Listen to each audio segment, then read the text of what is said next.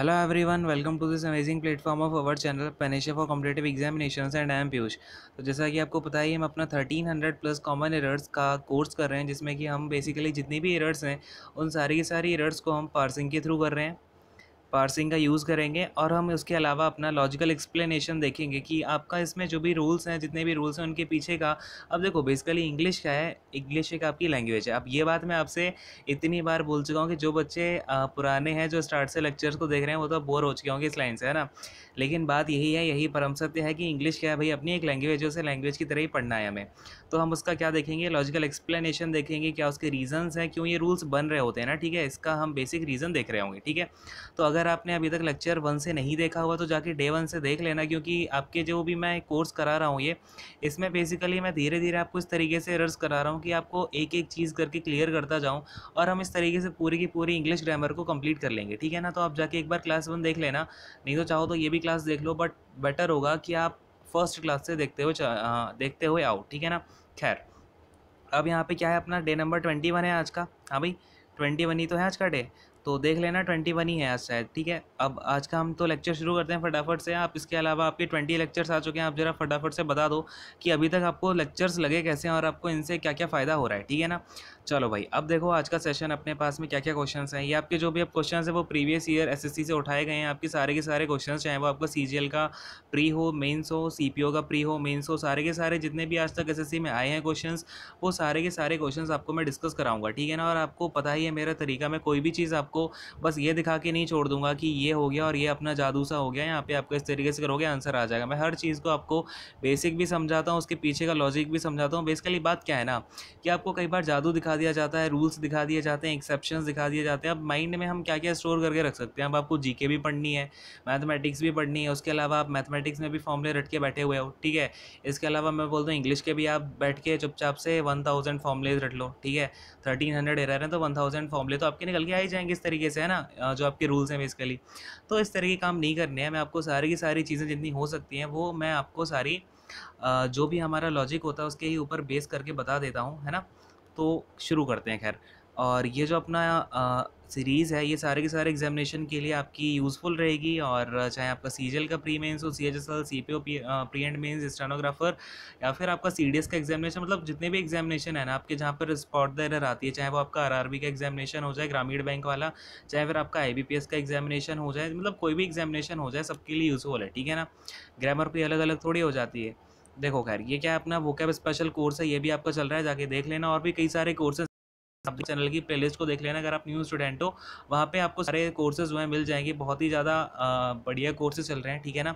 और इसके अलावा आपका स्टैटिक जीके का प्रीमियम कोर्स है, वो तो आप जाके जरूर देख लेना। उसमें जितनी भी जीके कराई जा रही है, आप वो सारी की सारी जीके याद जरूर कर लेना, ठीक है ना।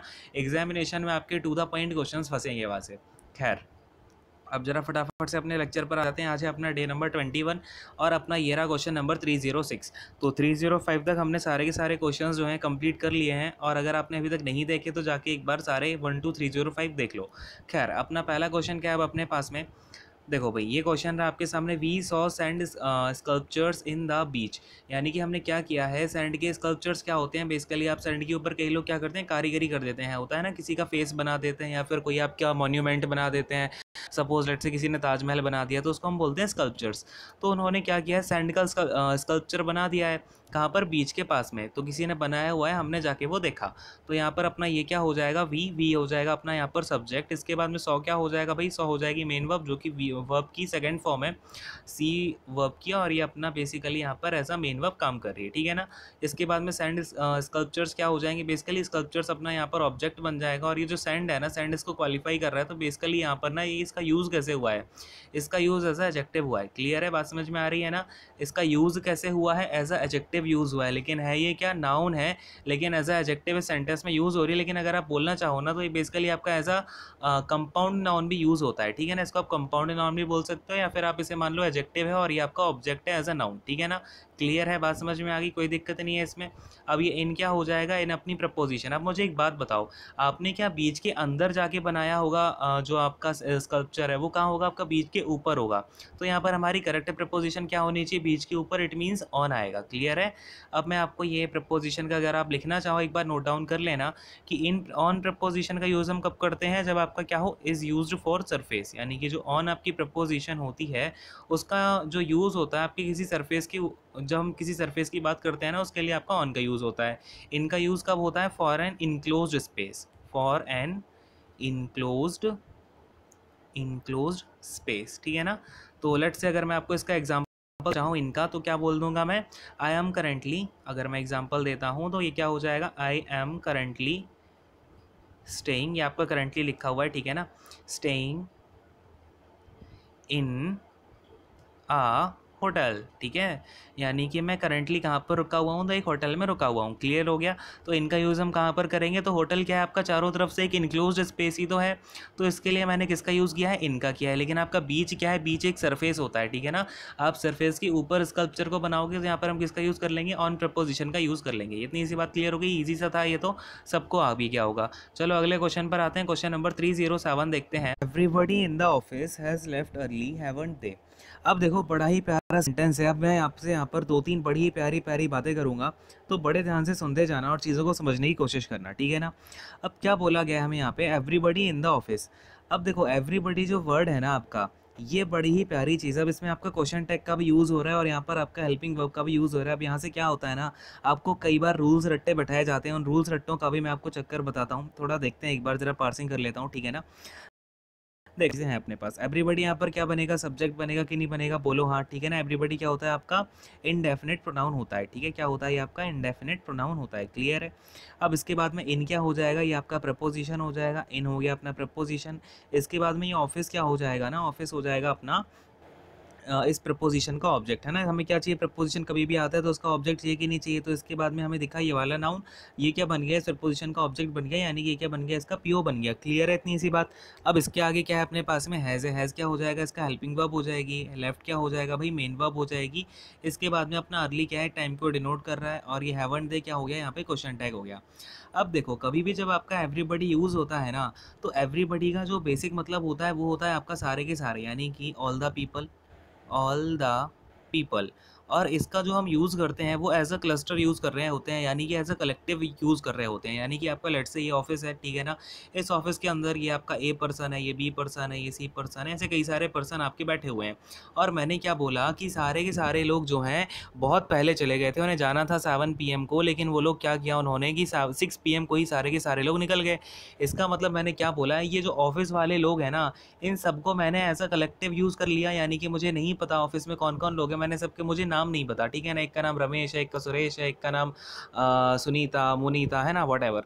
तो ये सारे के सारे नाम है, लेकिन मैंने क्या बोल दिया, अब सारे जितने भी लोग थे ना, वो एवरीबडी, यानी कि सारे सारे लोग क्या चले गए, ऑफिस से चले गए। यानी कि मैंने यहाँ पर एक पर्टिकुलर आपका यहाँ पर क्वेश्चन में दे रखा है कि जितने भी लोग थे वो थे किसके, ऑफिस के थे। यानी कि मैंने यहाँ पर एज अ कलेक्टिव यूज़ किया है इनका, इसलिए ये जो हेल्पिंग वर्ब आ रही है ना, ये मेरी सिंगुलर हेल्पिंग वर्ब आ रही है, ठीक है ना। अब यहाँ पर रूल्स क्या और आपको बैठाए जाते हैं कि कभी भी आपका एवरीबडी आ जाए, नोबडी आ जाए, इंडेफिनेट आपका कोई भी प्रोनाउन आ जाए, ऐसा एटसेट्रा करके, तो उसके साथ में हेल्पिंग वर्ब कौन सी आती है, सिंगुलर आती है, ठीक है। तो आप मुझे एक बात बताओ, अगर इनके साथ में हेल्पिंग वर्ब सिंगुलर आती है तो बच्चे को ये भी डाउट हो सकता है कि ये सब्जेक्ट कौन सा होगा, इसका मतलब ये सिंगुलर सब्जेक्ट होगा। और अगर ये सिंगुलर सब्जेक्ट है तो आप मुझे एक बात बताओ, ये क्वेश्चन टैग में दे क्यों लगा हुआ है। फिर बच्चे यहीं पे कंफ्यूज होकर क्या करते हैं, अपना 3rd नंबर में एरर मार्क करके आ जाते हैं, जबकि आपका क्वेश्चन टैग जो है ये दे बिल्कुल करेक्ट है। और फिर आपको क्वेश्चन टैग के टाइम पे भी यही रटाया जाएगा कि जो एवरी बडी होता है ना, उसके साथ में क्वेश्चन टैग दे ही लगता है, मतलब लगता है, इसे याद कर लो।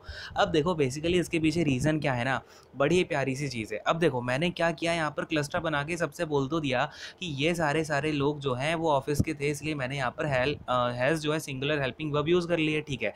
इतनी सी बात मुझे क्लियर हो गई। अब ज़रा मुझे एक बात बताओ, अब मैं जब क्वेश्चन टैग का यूज़ करता हूँ तो मैं इसमें क्या बोल रहा होता हूँ, मुझे यहाँ पर अब एवरीबडी है, मुझे पता है कि एवरीबडी का मतलब क्या है कि सारे सारे लोग जो हैं वो उसमें हैं। अब मुझे अगर सारे पर्सन्स को डिनोट करना होगा, मैं अगर यहाँ पर एक और प्रोनाउन का यूज़ करने वाला हूँ जो उस प्रोनाउन को इंडिकेट करेगा जो मैंने पहले इंडेफिनेट प्रोनाउन यूज़ कर रखा है। तो एक बात बताओ, अब लोग तो यहाँ पर मुझे यहाँ पे पता है कि बहुत सारे लोग हैं, तो अगर मैं सबके लिए रेफ़र करना चाहता हूँ कोई एक प्रोनाउन, तो वो कैसा होगा भाई, वो प्रोनाउन आपका होगा प्लूरल। अब बात समझ पा रहे हो क्या मेरी। कि ये तो मेरा जो हेल्पिंग वर्ब सिंगुलर आ रही है वो किस वजह से आ रही है, क्योंकि as a collective noun use हुआ है।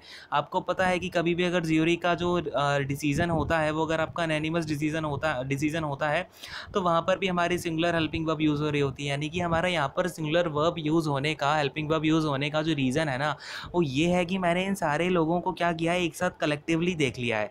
एज अ कलेक्टिव मैंने सारों को देखा, तो मैंने क्या कहा, ठीक है चलो हेल्पिंग वर्ब मैं सिंगुलर लगा देता हूँ। लेकिन अब जब मेरी बात आई क्वेश्चन टैग बनाने की, तो मैंने कहा अरे लोग तो बहुत सारे ही हैं ना, तो उनको मैं ऐसे थोड़ी बोलूँगा कि हैज़ शी, हैज़ंट शी या फिर हैज़ंट ही, है ना। अब ये तो मुझे नहीं पता ना, बहुत सारे लोग हैं, तो मैं क्या करूँगा, यहाँ पर आपका प्रोनाउन तो दे ही यूज़ होगा। ठीक है, बात समझ में आएगी नहीं आई?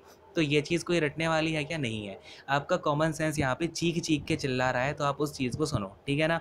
अब जब मैंने देखा यूज़ किया, तो उसके लिए हेल्पिंग वर्ब कौन सी यूज़ करनी पड़ेगी, हैव का यूज़ करना पड़ेगा। और क्योंकि क्वेश्चन टैग कैसा होता है आपका, जो सेंटेंस में अगर पॉजिटिव मीनिंग आ रही है तो क्वेश्चन टैग उसका निगेटिव हो जाएगा, ठीक है ना।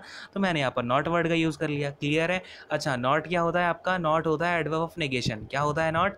एडवर्ब ऑफ नेगेशन होता है। कभी भी डाउट में मत रहना, नहीं तो आपसे कभी किसी ने पूछ लिया कि भाई नॉट क्या होता है, फिर बैठे रह जाओ, है ना। ऐसा मत करना। नॉट क्या होता है, एक आपका एडवर्ब होता है। कौन सा एडवर्ब होता है? Adverb of negation. क्लियर हो गया।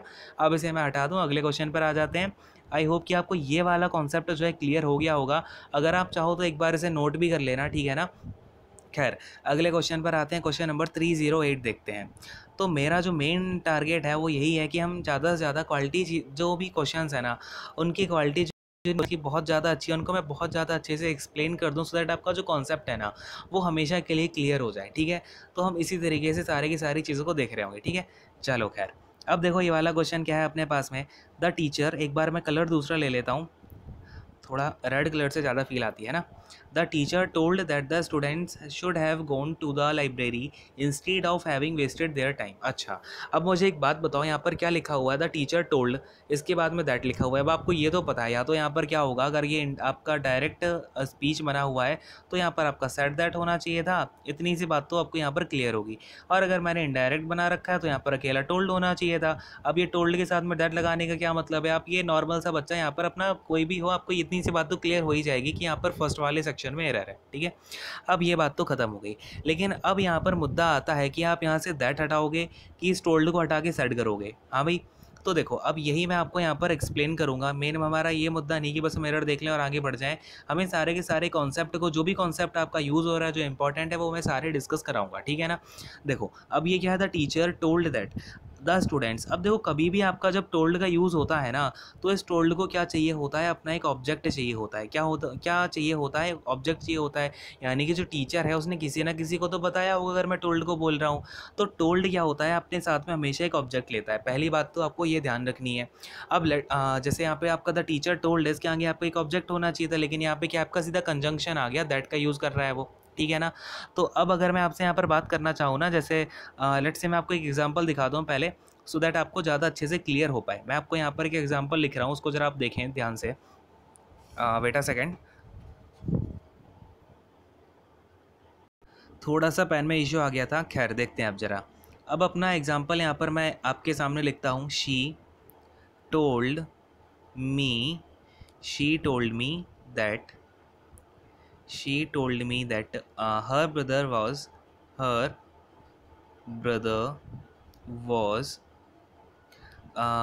इल, ठीक है ना। तो उसने मुझे क्या बताया कि उसका जो भाई था ना वो बहुत ज़्यादा बीमार था। अच्छा, अब मैंने आपको यहाँ पर क्या बताया था, टोल्ड दैट जो बच्चा है वो यहाँ पर आपका टोल्ड दैट देख के, सेड दैट देख के अपनी एरर यहाँ पे मार्क कर सकता है।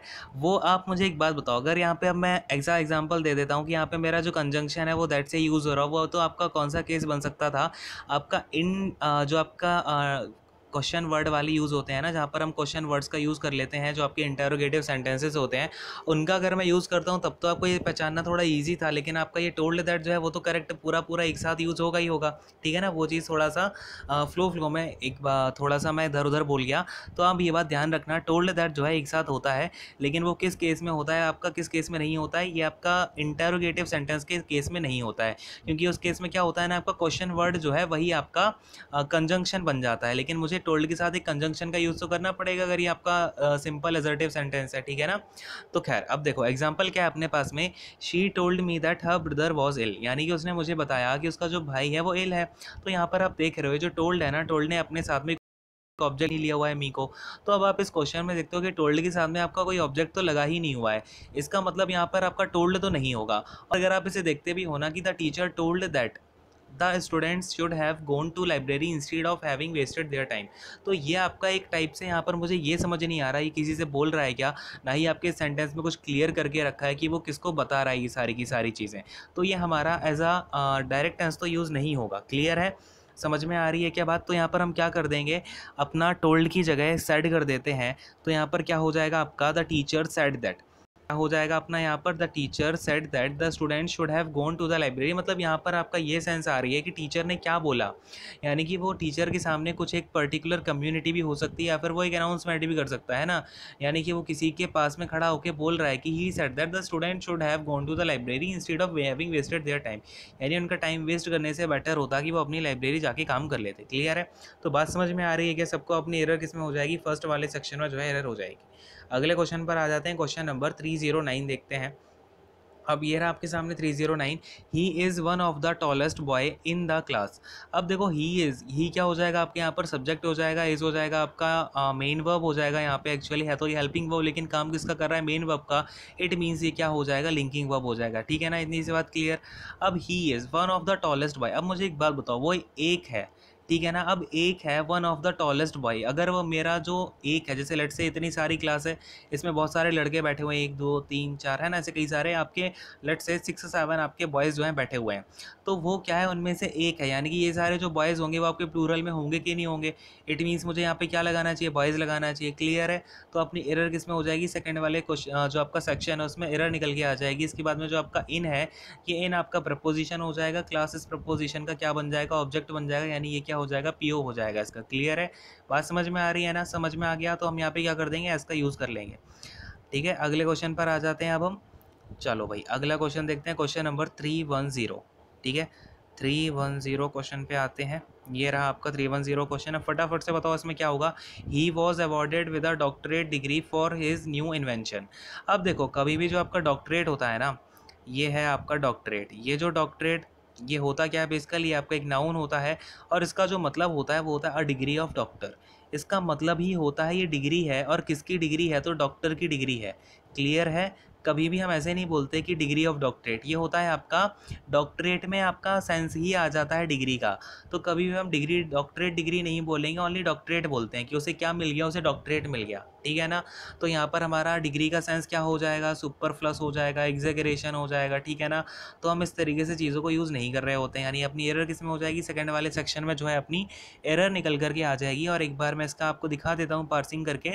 ही क्या हो जाएगा, ही अपना यहाँ पर सब्जेक्ट हो जाएगा, वॉज हो जाएगा अपना हेल्पिंग वर्ब, अवॉर्डेड हो जाएगा अपना यहाँ पर मेन वर्ब। ठीक है ना, विद क्या हो जाएगा, अब यहाँ पर विद हो जाएगा आपका प्रपोजिशन। अब प्रपोजिशन आया तो उसको क्या चाहिए, ऑब्जेक्ट चाहिए। तो ये जो आपका डॉक्टरेट है, ये मैंने आपको बताया है, ये आपका नाउन होता है, और ये एज अ ऑब्जेक्ट यहाँ पर काम करेगा।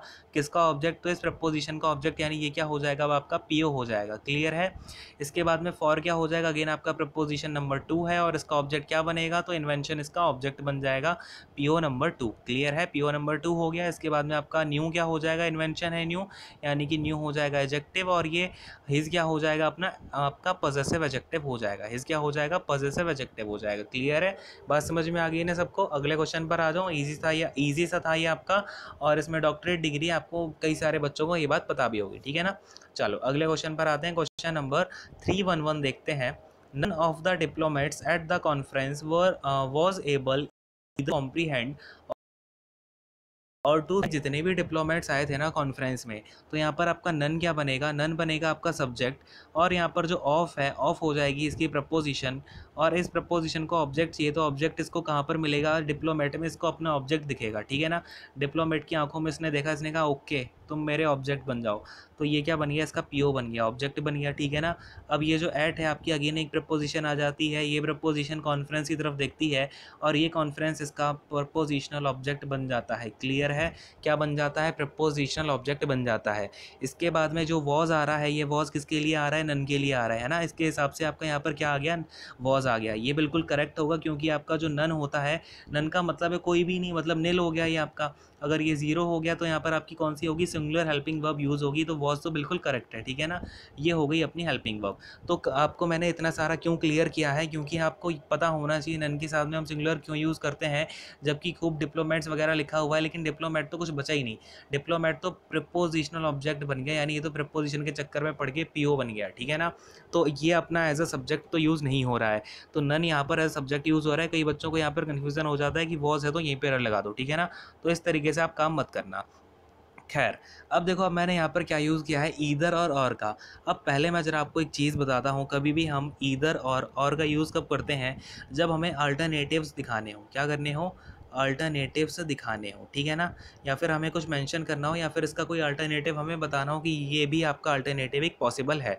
लेकिन आप ज़रा इस क्वेश्चन में आपका जो गिवन टेंस है, इसमें अगर हम देखते हैं तो क्या लिखा हुआ है, ईदर टू कॉम्प्रीहेंड और टू सॉल्व द प्रॉब्लम। यानी कि मैं क्या बताना चाह रहा हूँ कि एक ऑप्शन नहीं बता रहा हूँ मैं यहाँ पे, मैं दोनों के बारे में बता रहा हूँ। ना तो वो लोग कॉम्प्रीहेंड कर पाए और ना ही तो वो लोग क्या कर पाए हैं, उनमें से कोई भी ना तो कॉम्प्रीहेंड कर पाया और ना ही प्रॉब्लम को सॉल्व कर पाया। तो बात को समझना, यहाँ पर आपका ईदर का यूज़ तो होगा ही नहीं। समझ रहे हैं बात को, बात की गहराई तक पहुंच पा रहे हैं क्या। क्यों नहीं होगा, क्योंकि ईदर का मतलब होता है वो अल्टरनेटिव की तरफ का आपका इशारा करता है।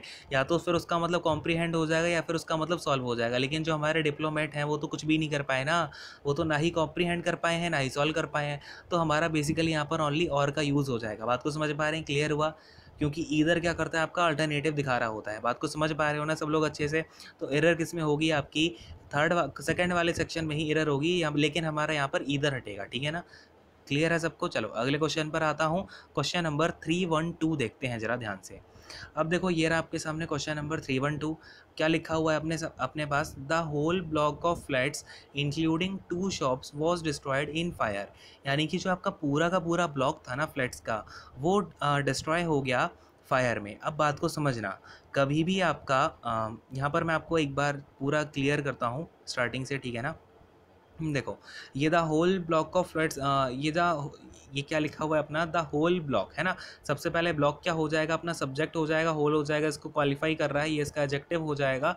और आपका धातु आर्टिकल है ही सही, ठीक है ना। इसके बाद में क्या है, ऑफ क्या हो जाएगा, अपना प्रपोजिशन हो जाएगा। इस प्रपोजिशन का ऑब्जेक्ट कहाँ दिखेगा भाई, फ्लैट्स में दिखेगा। ये इसका क्या बन जाएगा, पीओ बन जाएगा। क्लियर है, बात समझ में आ रही है कि नहीं आ रही है, बोलो हाँ, ठीक है ना। इंक्लूडिंग क्या हो जाएगा, बोलो फटाफट से। इंक्लूडिंग हो जाएगा यहाँ पर अपना वर्ब। और 2 शॉप्स क्या हो जाएगा यहाँ पर, शॉप्स अपना ये क्या हो जाएगा, शॉप्स, बोलो फटाफट से। शॉप्स हो जाएगा, वेट अ सेकंड, ये जो इंक्लूडिंग यूज़ हो रहा है ना, ये आपका इंक्लूडिंग का जो ऑब्जेक्ट बन रहा है वो बन रहा है अपना 2 शॉप्स। शॉप्स हो जाएगा इसका ऑब्जेक्ट, इसका ऑब्जेक्ट ऑफ इंक्लूडिंग, और ये 2 हो जाएगा आपका एडजेक्टिव। क्लियर है। फिर अपना वॉज बनेगा आपका हेल्पिंग वर्ब। अब इसके बाद में जो डिस्ट्रॉयड है ये इसकी मेन वर्ब है। क्लियर है, बात को समझ पा रहे हैं, सारा क्लियर हुआ। अब इन फायर है ना ये जो, अब बड़े ही ध्यान से समझना, डिस्ट्रॉयड इन फायर। अब आप एक बात समझना, कभी भी आपका जब भी कोई एजेंट प्रेजेंट होता है ना, कभी भी आपका जब कोई एजेंट प्रेजेंट होता है तो उसके लिए हम जो प्रपोजिशन का यूज़ करते हैं, बाई का यूज़ करते हैं। जैसे जब भी हम एक्टिव वॉइस से पैसिव वॉइस बनाते हैं तो उसमें अपना सब्जेक्ट क्या होता है, एजेंट होता है बेसिकली टेंस का। तो वो एजेंट जब अपना पैसिव वॉइस में ऑब्जेक्ट बनता है बाई का, तो वो कौन सी प्रपोजिशन वहाँ पर यूज़ हो रही होती है, बाई प्रपोजिशन ही यूज़ होती है। तो यहाँ पर जो आपका डिस्ट्रॉय हुआ है वो फायर के द्वारा हुआ, यानी यहाँ पर एजेंट क्या है, फायर है। अगर फायर एजेंट है तो इसके लिए हम कौन सी प्रपोजिशन का यूज़ करेंगे भाई, बाई प्रपोजिशन का यूज़ करेंगे। कौन सी प्रपोजिशन का यूज़ करेंगे, बाई का। क्लियर है, बात समझ में आ रही है। अगर मैं इसका एग्जांपल देना चाहूँ, आपको एक बार एग्जांपल भी दिखा देता हूँ। ये मैं हटा रहा हूँ, पॉज करके नोट कर लेना। देखो भाई, इसका एग्जांपल क्या हो जाएगा, seeds eaten by the birds, ठीक है ना। तो बर्ड्स ने आपके सीड्स खाए हैं, तो यहाँ पर एजेंट कौन है, बर्ड है। और ये आग किस, आपकी ये जो डिस्ट्रॉय हुआ है, ये डिस्ट्रॉय किसकी वजह से हुआ है, आग की वजह से हुआ है। यहाँ पर एजेंट फायर है, तो यहाँ पर मुझे बाई का यूज़ करना ही पड़ेगा। क्लियर है, अब बात थोड़ी समझ में आई कि नहीं आई। अगर कुछ भी डाउट होता है तो कमेंट सेक्शन में अपना डाउट विदाउट किसी शर्म पूछ लेना। आई बात समझ में। ये शर्म वगैरह मत क्या करो कि ये छोटे छोटे डाउट सर कैसे पूछूं। कुछ भी छोटे से छोटा डाउट है, बड़े से बड़ा डाउट है, कमेंट सेक्शन में पूछ लो, टेलीग्राम पे पूछ लो, कहीं भी पूछ लो, ठीक है ना। इतनी सारी मैंने फैसिलिटी प्रोवाइड कर रखी है। आप चाहे आप जाए FB का जो पेज है वहाँ भी नीचे कमेंट कर दो, कोई दिक्कत नहीं है। आप ठीक है, कहीं भी जाके पूछो, बस अपना डाउट क्लियर होना चाहिए। क्लियर है। चलो खैर, अगले क्वेश्चन पर आते हैं। थोड़ा सा मैं भावनाओं में इधर उधर बह जाता हूँ, कोई दिक्कत नहीं है। क्वेश्चन नंबर 313 देखते हैं। ये रहा आपके सामने। आपको यहाँ पर क्या एरर लग रही है, बताओ फटाफट से मुझे ज़रा। तो यहाँ पर अपने पास है क्या कि they were having a birthday party at home next week. तो अब ये नेक्स्ट वीक देखते ही मुझे पता चल गया ये जो सेंटेंस है ना ये अपना किस में होना चाहिए भाई, फ्यूचर में, फ्यूचर के रेफरेंस में होना चाहिए, ठीक है ना। कौन से रेफरेंस में है भाई, ये अपने फ्यूचर के रेफरेंस में है। तो मुझे एक बात बताओ, कब आपने बोल दिया यहाँ पे दे वर हैविंग, यानी कि इसका मतलब तो हो गया ये आपका टेंस जो है पास्ट में चला गया, और आप टाइम लाइन जो बताना चाह रहे हो वो आपकी नेक्स्ट वीक की है। तो कभी भी हमें जब भी फ्यूचर प्लान बताना होता है ना, तो हम किसका यूज़ करते हैं, हम यूज़ करते हैं गोइंग टू हैव का। किसका यूज़ करते हैं, गोइंग टू हैव। यानी कि मैं यहाँ पर क्या कर दूंगा यूज़ भाई, they were having a birthday party की they are going to have a party. हाँ भाई, क्या करूँगा, तो they are going to have a birthday party, क्या कर दूंगा यहाँ पे, they are having, they are going to have, ठीक है ना, जो अपना ऊपर लिखा हुआ है। तो they are going to have a birthday party at home next week. कोई दिक्कत यहाँ पे, कोई दिक्कत परेशानी समस्या आ रही हो तो बताएं, क्लियर है। चलो भाई अगले क्वेश्चन पर आ जाते हैं। अब यहाँ से फटाफट से क्वेश्चन नंबर 314 देखते हैं। इसकी आपको पार्सिंग तो आ ही जाएगी है ना। अगर कोई दिक्कत होती है तो आप मुझे कमेंट सेक्शन में जरूर बताना, ठीक है ना। इसकी पार्सिंग आप खुद से करोगे, ये आप अपना होमवर्क मान लो। क्या मान लो, होमवर्क मान लो, HW। आई बात समझ में। चलो अगले क्वेश्चन पर आते हैं, क्वेश्चन नंबर 314। ये क्या है अपने पास में, the inaugural function is temporarily interrupted as the light suddenly went out. यानी कि क्या हुआ, जो आपका इनऑग्रल फंक्शन था ना वो टेम्पोररीली इंटरप्ट हो गया। किस वजह से, कि जो लाइट्स थी ना वो आपकी सडनली चली गई हैं, ठीक है ना। जो लाइट्स वगैरह थी वो चली गई हैं, तो कोई दिक्कत नहीं है। अब देखो यहाँ पर आपकी बात क्या हो रही है, तो as the lights suddenly went out, यानी कि आपकी जो लाइट्स हैं वो कहाँ पर गई हैं भाई, पास्ट में गई। यानी कि यहाँ से मुझे पता चल रहा है जो आपका टेंस है वो कौन से आपके टाइम लाइन में है, तो वो पास्ट की टाइम लाइन में है कि नहीं है। यानी कि बात क्या हो रही है, आपका जो फंक्शन था वो टेम्परेरीली हो चुका था इंटरप्ट जब आपकी लाइट्स गई थी। अब मुझे आप एक बात बताओ, लेट से आपका ये है प्रेजेंट चल रहा है ये आपका, और ये चल रहा है आपका पास्ट, और आपकी पास्ट में लाइट गई है, तो लाइट जाने के तुरंत बाद ही आपका क्या होगा, वो वहाँ पर आपको इंटरप्शन मिल जाएगा। अब ऐसा तो है नहीं कि पास्ट में हुआ है इसके 1-2 घंटे के बाद हमें इंटरप्शन मिल रहा हो प्रेजेंट में। तो ये आपका टेंस किस में होगा, अगेन पास्ट में ही यूज़ हो रहा होगा। इसका मतलब हम क्या करेंगे, इसको हटा के यहाँ पर किसका यूज़ कर दूंगा, मैं वॉज का यूज़ कर दूंगा। बात समझ में आ पा रही है क्या, सबको क्लियर है क्या।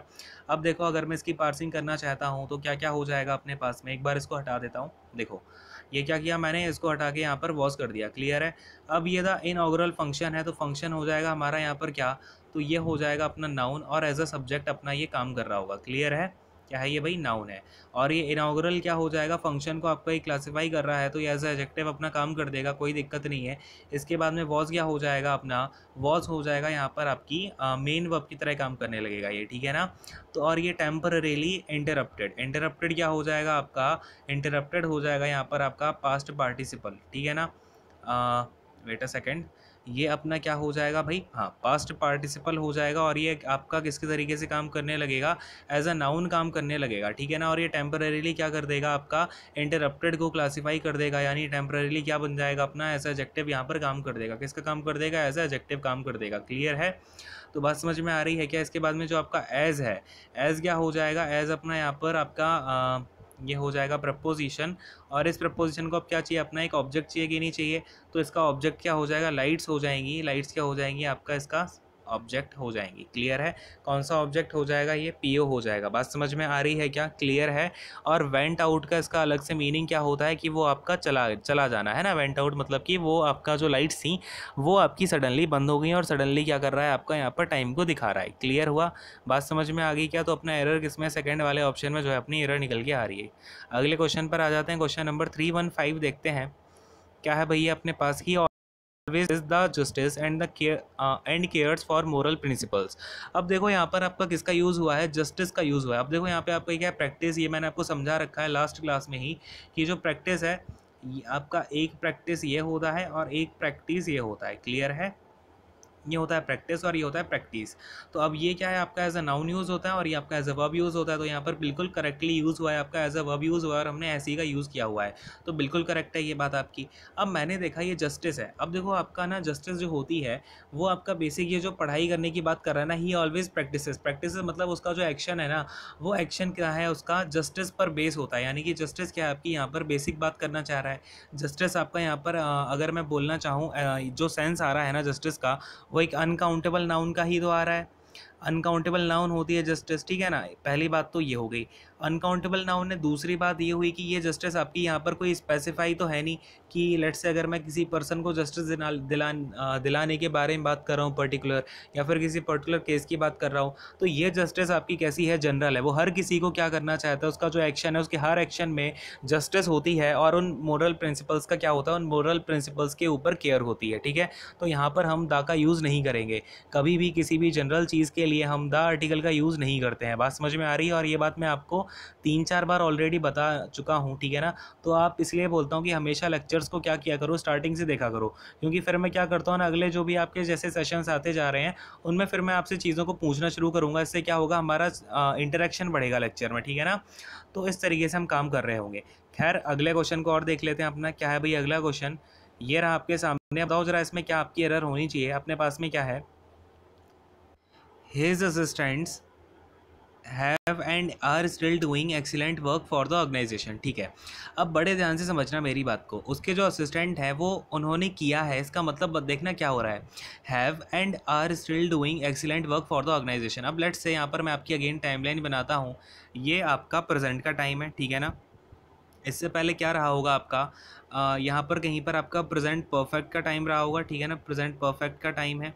और इससे पहले आपका पास्ट का टाइम होता है। इतनी सी बात हमें पता है क्या, मैं आपको बहुत बार बता चुका हूँ ये बात, और कई बार मैंने आपको इसका यूज़ भी दिखाया हुआ है।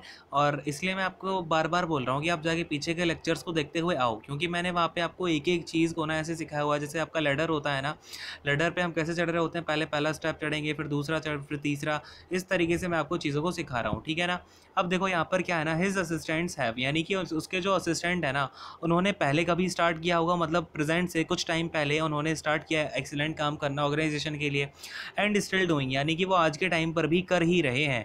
यानी कि जो इसका एक टेंस है ना, वो अपना प्रेजेंट परफेक्ट में बन रहा होगा। प्रेजेंट से जस्ट थोड़े से पहले वाला जो टाइम पीरियड होता है वो कौन सा होता है, प्रेजेंट परफेक्ट होता है कि नहीं होता है, बोलो हाँ, ठीक है ना। हाँ बोलना बहुत ज़रूरी है। अब जब भी मैं आपसे बोलता हूँ बोलो हाँ, वो आप जहाँ भी बैठे हुए हो, जब भी मैं आपसे कुछ भी पूछता हूँ ना, आपको ये नहीं सोचना कि मैं आपके सामने हूँ या नहीं हूँ, मैं आपके सामने ही हूँ हमेशा। आपको अपना आंसर जरूर दे देना है, ठीक है ना।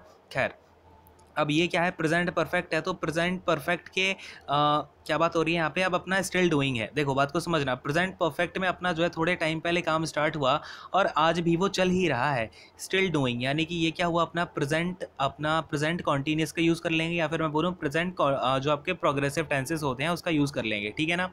तो इतनी सी बात अगर समझ में आती है कि एक जो आपका टेंस है वो परफेक्ट में होना चाहिए, और दूसरा जो टेंस है वो आपका किस में है, कॉन्टीन्यूअस में है, तो दोनों के लिए जो आपकी मीनिंग यूज़ होगी, दोनों के लिए जिस हम वर्ब का यूज़ करेंगे वो आपकी अलग अलग होगी कि नहीं होगी। तो अगर मैं यहाँ पर बात करता हूँ हिज असिस्टेंट्स हैव, जो परफेक्ट में यहाँ पर हमारा यूज़ होगा, हैव के बाद में क्या आना चाहिए, V3 आनी चाहिए कि नहीं आनी चाहिए। तो यहाँ पर हैव डन आएगा, आएगा कि नहीं आएगा, बोलो हाँ। तो इसके लिए आपका कॉमन जो है, कॉमन वर्ब यूज़ नहीं होगी, इसके लिए हमारा डूइंग यूज़ होगा कॉन्टीन्यूस के लिए, और परफेक्ट के लिए डन यूज़ होगा। V3 का यूज़ करेंगे, इसके लिए हम V1 प्लस ING का यूज़ करेंगे। तो हमें दोनों जगह अलग अलग लिखना पड़ेगा वर्ब को, है ना। बोलो हाँ कि नहीं। क्यों लिखना पड़ेगा, क्योंकि दोनों के जो टेंसेस है ना वो अलग अलग हैं। एक बार वो डूइंग की तरह यूज़ हो रही है तो एक बटन की तरह यूज़ होगी। तो सेंटेंस क्या हो जाएगा, his assistants have done and are still doing excellent work for the organisation, ठीक है ना। बात समझ में आई। तो एंड में आपका मैंने बताया हुआ, एंड बेसिकली क्या काम करता है, आपका एज अ बैलेंस काम करता है।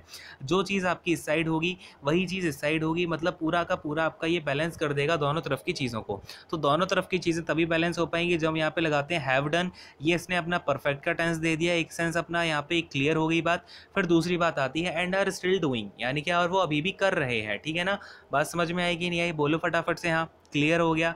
तो यहीं पे मैं सेशन को एंड करूँगा, एंड आपको सारी चीज़ें आपकी समझ में आ गई होंगी। एंड क्यों नहीं आएंगी भाई, पढ़ा कौन रहा है, बोलो फटाफट से, मैं पढ़ा रहा हूँ, ठीक है ना, कैसे नहीं आएगा। खैर थोड़ी थोड़ी पढ़ाई अपनी भी कर लेनी चाहिए, अब थोड़ा बहुत अप्रिसिएशन दे लेता हूँ, और थोड़ा आप लोग भी देख लिया करो अगर समझ में आ रहा है, ठीक है ना। कमेंट सेक्शन में कमेंट करके बता दिया करो। और वो थम लाइक जो आपका अगर सेशन अच्छा लगता है ना तो लाइक कर दिया करो, ठीक है ना, लाइक कर दिया करो। और आपका चैनल को अगर अभी तक आपने सब्सक्राइब नहीं किया है तो सब्सक्राइब कर दो, और भी लोगों के पास में शेयर कर दो, फैला दो वीडियोस को।